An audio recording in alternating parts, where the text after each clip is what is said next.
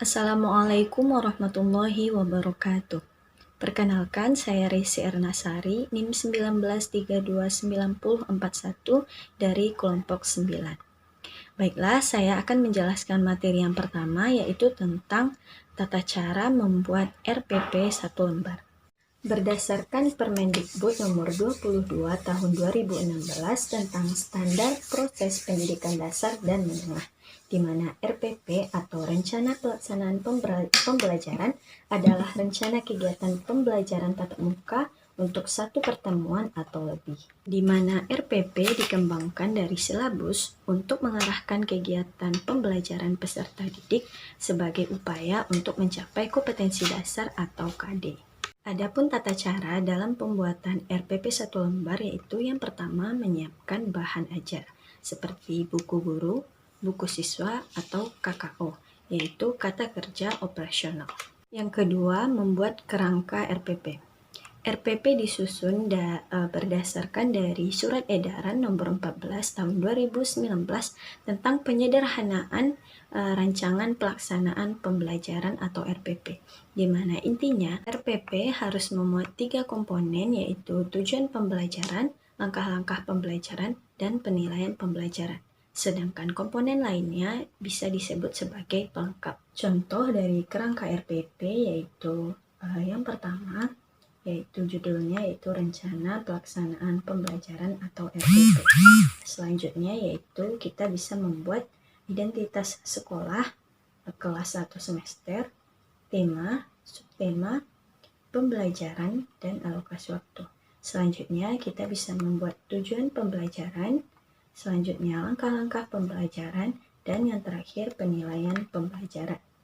Nah, langkah yang ketiga dalam pembuatan RPP yaitu mengisi kerangka RPP yang telah dibuat tadi. Nah, berikut bagaimana contoh RPP yang telah diisi dari kerangka RPP yang telah disusun tadi.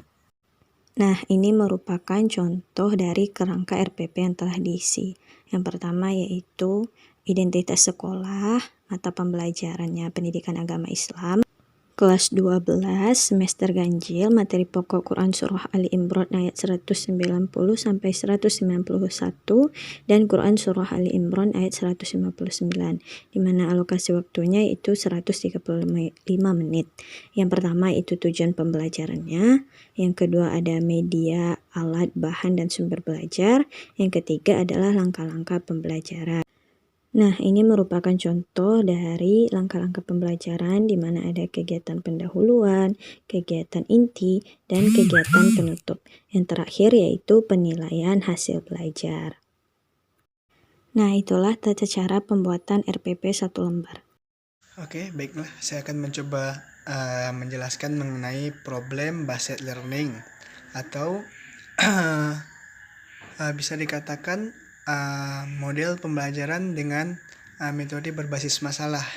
Jadi dalam problem based learning ini yang dimana melibatkan siswa dalam suatu proyek atau kegiatan yang bertujuan untuk menghasilkan suatu produk. Jadi dalam PBL ini ada beberapa yang harus dilakukan siswa. Beberapa hal, yang pertama itu siswa harus merencanakan, yang kedua membuat rancangan, yang ketiga melaksanakan, dan yang keempat ada melaporkan hasil berupa produk dan laporan pelaksanaan. Nah, dalam PBL ini lebih menekankan proses jangka panjang karena siswa terlibat langsung dengan itu dan terlibat langsung dengan isu atau persoalan-persoalan kehidupan sehari-hari. Nah, selanjutnya itu tujuan dari problem based learning. Jadi, tujuan dari problem based learning ini lebih mendorong siswa untuk berpikir atau untuk belajar melalui masalah yang dihadapinya dalam kehidupan sehari-hari, yang mana yang dikaitkan dengan pengetahuan yang telah dipelajari tentunya. Tujuan yang kedua itu fokusnya bagaimana siswa mengidentifikasi isu pembelajaran dan mencari alternatif untuk mencari solusinya atau mencari penyelesaiannya. Nah, selanjutnya dalam problem based learning ini tentu ada beberapa ciri-cirinya. Yang pertama itu dimulai dengan memberi suatu masalah untuk dipecahkan atau dipelajari oleh peserta didik. Yang kedua, masalahnya itu kalau bisa berkaitan atau masalahnya itu biasanya berkaitan dengan kehidupan sehari-hari peserta didik. Yang ketiga, mengorganisasikan atau difokuskannya kepada pembahasan seputar masalah. Yang keempat, selanjutnya saya akan mencoba menjelaskan mengenai project based learning, atau bisa dikatakan suatu model pembelajaran yang menggunakan proyek atau kegiatan sebagai media dalam pembelajaran. Nah, dalam project based learning ini peserta didik disuruh melakukan, yang pertama itu ada eksplorasi, yang kedua ada penilaian, yang ketiga ada interpretasi, yang keempat ada sintesis, yang kelima semua informasi dikumpulkan untuk menghasilkan berbagai bentuk hasil belajar. Nah, pada project based learning ini lebih berpusat pada siswa yang melakukan investasi yang mendalam terhadap suatu topik atau suatu kegiatan tadi. Nah, dalam PJBL ini tentu ada beberapa karakter. Yang pertama yaitu sentral, yang dimana proyek menjadi pusat belajar dalam project based learning ini. Yang kedua ada driving question, di mana fokus di situ kita fokus pada pertanyaan atau masalah yang mengarah pada siswa untuk mencari solusi. Yang ketiga ada constructive investigation, yang dimana di sana peserta didik disuruh untuk melakukan secara mandiri. Jadi peran guru di sana hanya sebagai fasilitator. Yang keempat ada autonomi. Di sana disuruh peserta didik atau siswa sebagai pemecah masalah yang dibahas. Yang terakhir ada realisme, yang dimana kegiatan siswa fokus pada situasi yang sebenarnya. Jadi bagaimana situasi sebenarnya, seperti itulah yang dilakukan dalam project based learning ini. Nah, dari beberapa karakter PJBL tadi atau project based learning tadi, tentunya ada tujuan dari project based learning. Baiklah, saya Rika Oktavia Wahyuni, NIM 19329185 akan melanjutkan materi selanjutnya, yaitu Discovery dan Inquiry Learning.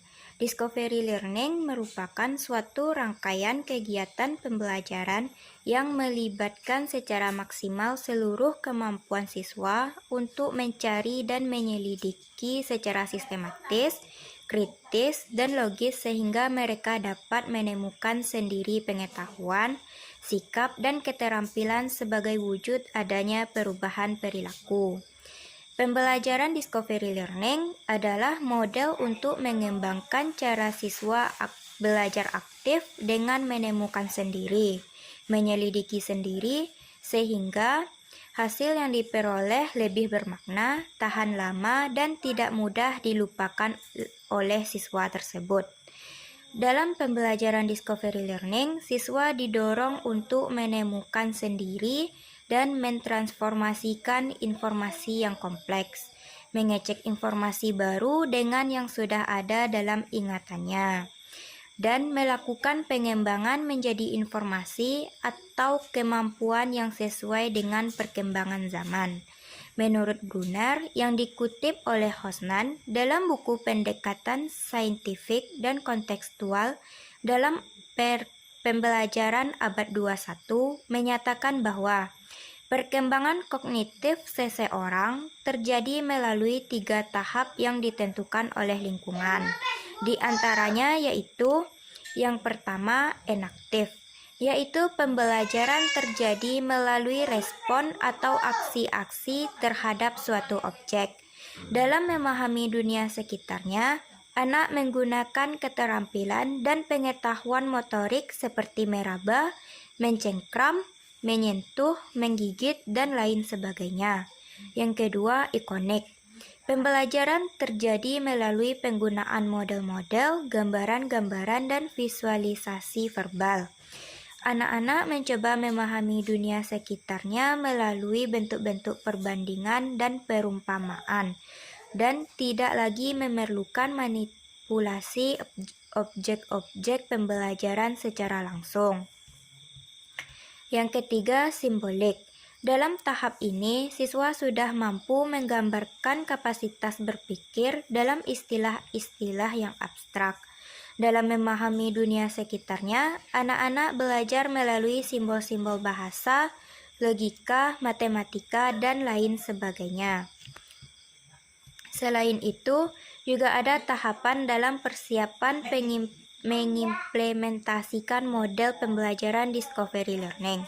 Dalam persiapan pengimplementasian discovery learning, ada langkah-langkah yang harus diperhatikan oleh guru agar proses pembelajaran dapat berjalan dengan baik dan efektif. Di antara langkah-langkah tersebut yaitu: yang pertama, menentukan tujuan pembelajaran. Yang kedua, melakukan identifikasi karakteristik siswa seperti kemampuan awal, minat, gaya belajar, dan lain sebagainya. Yang ketiga, memilih materi pelajaran yang akan dipelajari. Yang keempat, menentukan topik-topik yang harus dipelajari oleh siswa secara induktif. Yang kelima, mengembangkan bahan-bahan belajar yang berupa contoh-contoh, ilustrasi, tugas, dan lain sebagainya untuk dipelajari oleh siswa.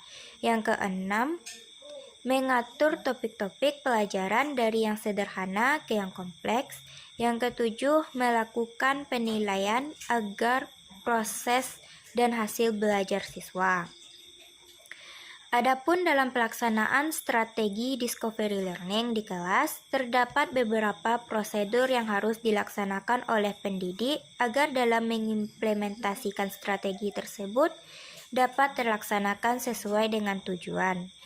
Di antara prosedur-prosedur tersebut yaitu yang pertama, pemberian rangsangan. Pada tahap ini, siswa dihadapkan pada suatu persoalan yang membingungkan, agar timbul keinginan siswa untuk menyelidiki.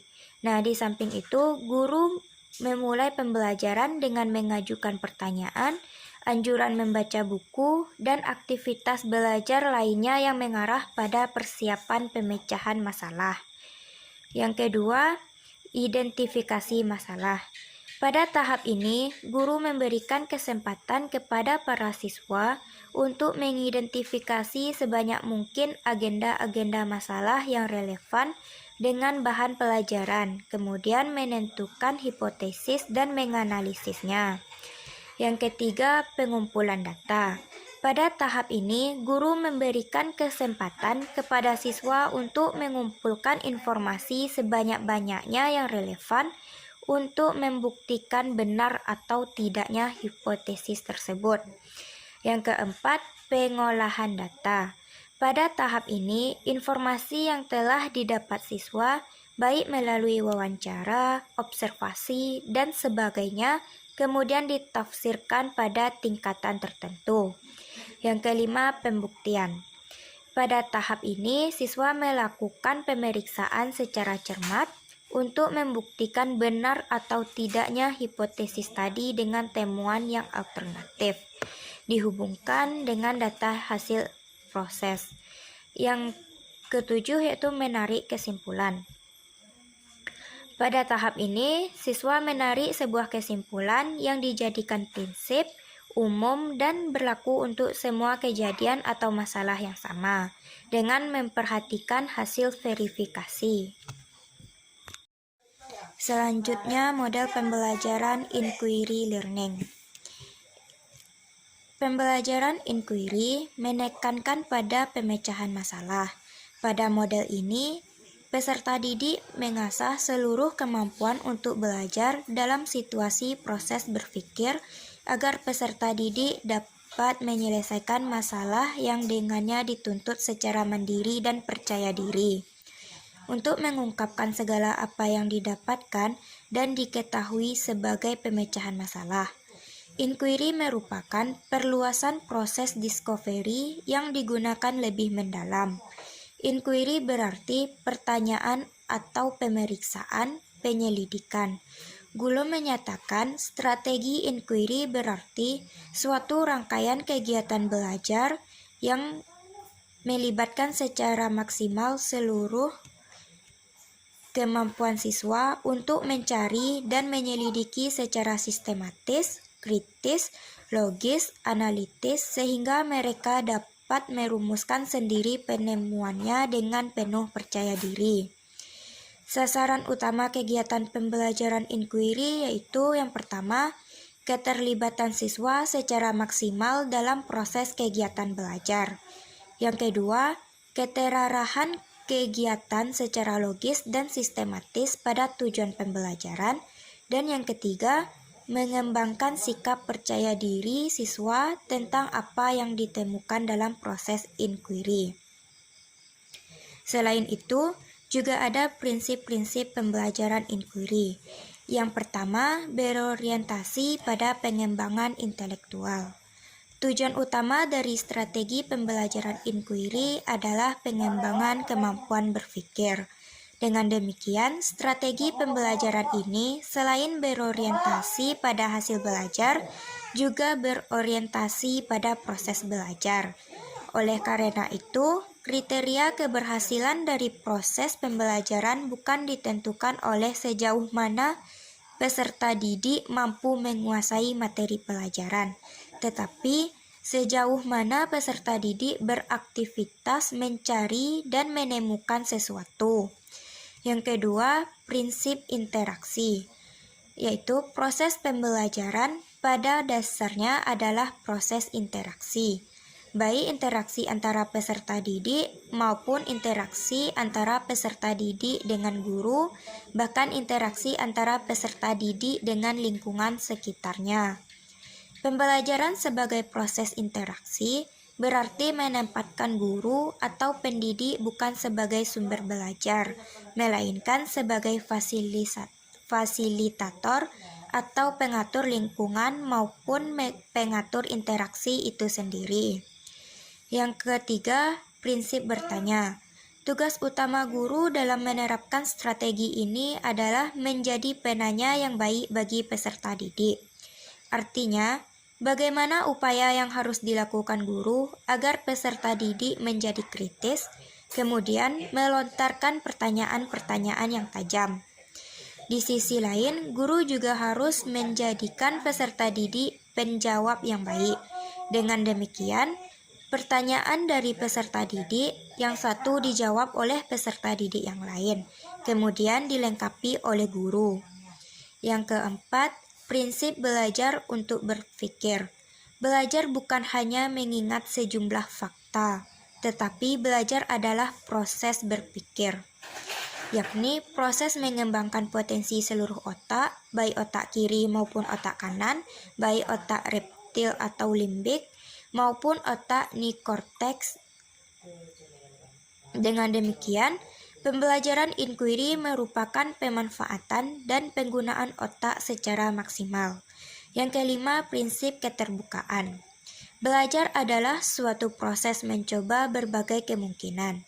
Segala sesuatu mungkin saja terjadi.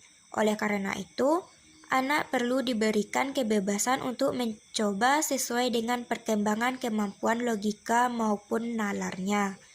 Tugas guru adalah menyelidiki ruang untuk memberikan kesempatan kepada peserta didik mengembangkan hipotesis dan secara terbuka membuktikan kebenaran hipotesis yang diajukannya.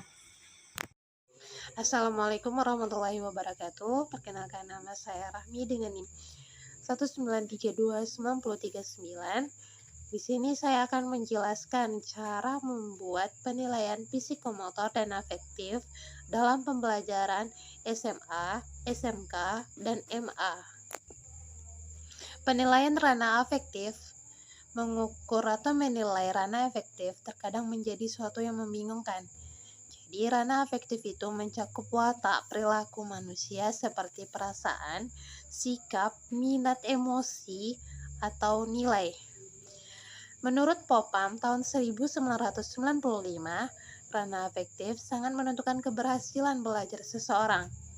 Seseorang yang tidak minat memiliki Yang tidak memiliki minat dalam pelajaran tertentu misalnya akan sulit untuk mencapai keberhasilan dalam pembelajaran tersebut. Seseorang yang berminat dalam suatu mata pelajaran akan sangat diharapkan mencapai hasil pembelajaran yang optimal. Yang pertama, tingkat ranah afektif.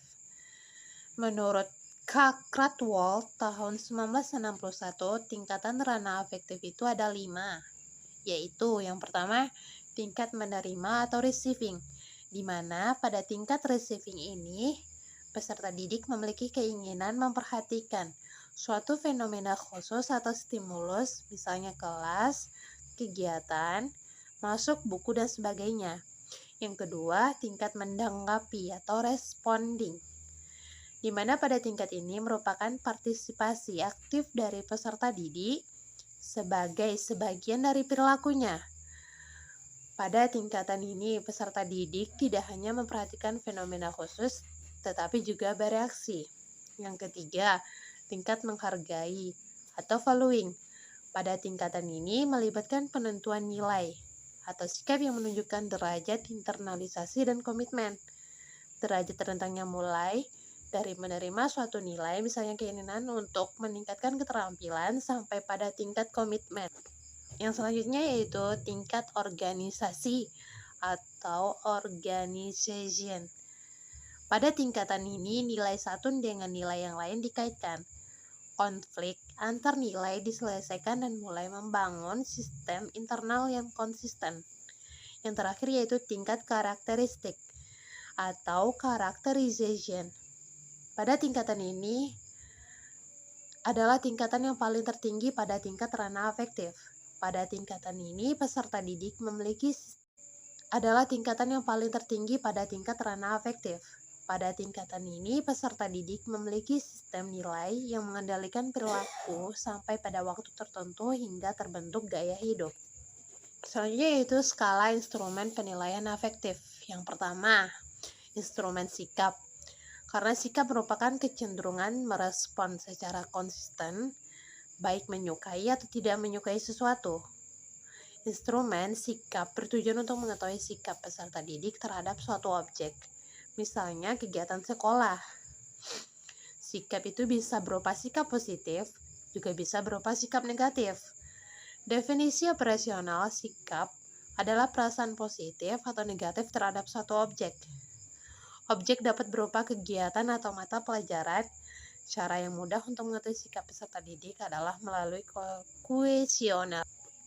Pertanyaan sikap meminta responden menunjukkan perasaan yang positif atau negatif terhadap suatu objek atau suatu kebijakan. Contoh indikator sikap dalam pelajaran pendidikan agama Islam yang pertama yaitu membaca buku pelajaran pendidikan agama Islam. Yang kedua, mempelajari pendidikan agama Islam. Yang ketiga, melakukan interaksi dengan guru PAI. Yang keempat, mengerjakan tugas PAI, melakukan diskusi tentang PAI. Yang terakhir yaitu memiliki buku pelajaran PAI. Contoh dari pernyataan kuesioner yaitu, saya tidak senang dengan pelajaran PAI. Yang kedua, saya berusaha mengerjakan pelajaran PAI dengan sebaik-baiknya. Yang ketiga, memiliki buku penting PAI bagi peserta didik. Yang selanjutnya itu saya jarang bertanya kepada guru tentang pelajaran PAI. Yang selanjutnya saya senang belajar PAI. Yang terakhir tidak semua orang harus belajar PAI. Yang selanjutnya itu instrumen minat bertujuan untuk memperoleh informasi mengenai minat peserta didik. Contoh indikatornya itu memiliki buku, mengikuti pelajaran, memiliki catatan pelajaran PAI, berusaha memahami pelajaran PAI. Contoh pernyataan untuk kuesioner minat belajar. Yang pertama yaitu catatan pelajaran PAI saya lengkap. Yang kedua yaitu catatan pelajaran PAI saya terdapat coretan-coretan tentang hal yang penting. Yang ketiga yaitu saya selalu menyiapkan pertanyaan sebelum mengikuti pelajaran pendidikan agama Islam.